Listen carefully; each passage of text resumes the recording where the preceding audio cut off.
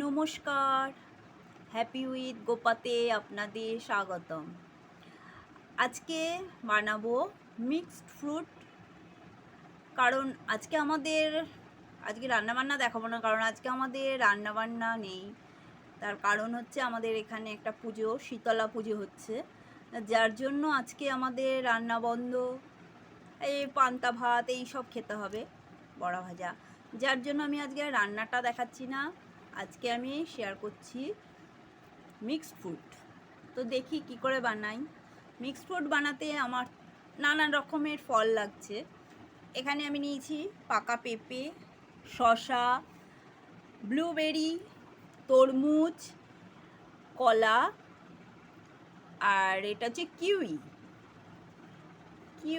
তো বলে, যাই হোক কি বলে, কিউই যাই হোক কি বলে, এটাই নিয়েছি।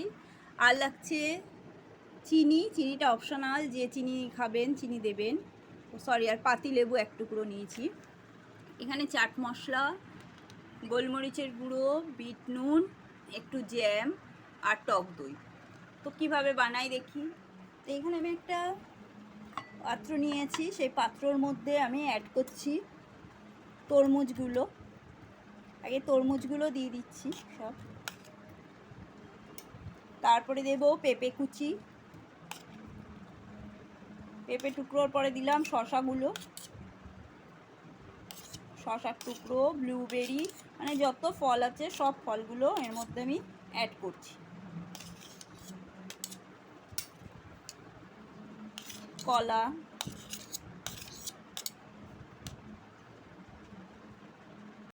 তো সব ফলগুলো আমি এই বাটিটার মধ্যে নিয়ে নিয়েছি। দেখুন কি কালারফুল লাগছে দেখতে। এবারে এর মধ্যে আমি অ্যাড করছি গোলমরিচের গুঁড়ো, বিট নুন দেওয়ার পরে বেশি করে একটু টক দই অ্যাড করব। টক দইয়ের পরিমাণ যে যেরকম দেবেন। এটা গরমকালে বানিয়ে খেয়ে দেখবেন, পেটও ঠান্ডা থাকবে আর খুবই ভালো লাগবে, সুস্বাদু একদম। বাচ্চাদের বানিয়ে দিলে বাচ্চারাও খুব ভালো খাবে, কারণ কালারফুল জিনিসটা।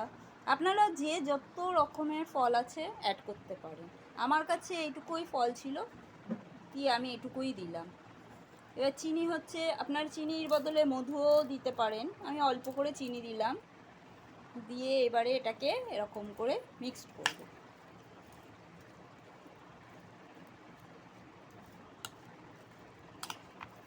মিক্সড করার পরে এর মধ্যে আমি চাট মশলাটাও দিয়ে দিলাম। চাট মশলা না থাকলে আপনারা জিরে গুঁড়ো করে একটু হালকা ভেজে নিয়েও করতে পারেন। এবারে এর উপরে একটু লেবুর রস অ্যাড করছি।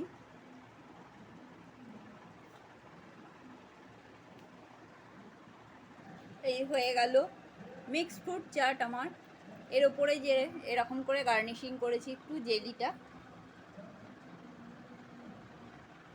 এই এরকম করে একটু ডিজাইন করে দেবেন, পুরো আইসক্রিমের মতো লাগবে। বাচ্চারা ফল খেতে চায় না অনেক বাচ্চা, এরকম করে গরমকালে বানিয়ে দেবেন, ওরা খুব মজা করে খাবে, মনে করবে পুরো আইসক্রিম টুটি ফুটির মতো লাগছে।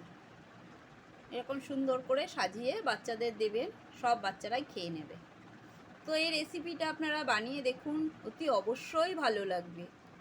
তো ভালো লাগলে আমাকে লাইক, কমেন্ট, সাবস্ক্রাইব করবেন আর বেশি করে শেয়ার করবেন। ধন্যবাদ।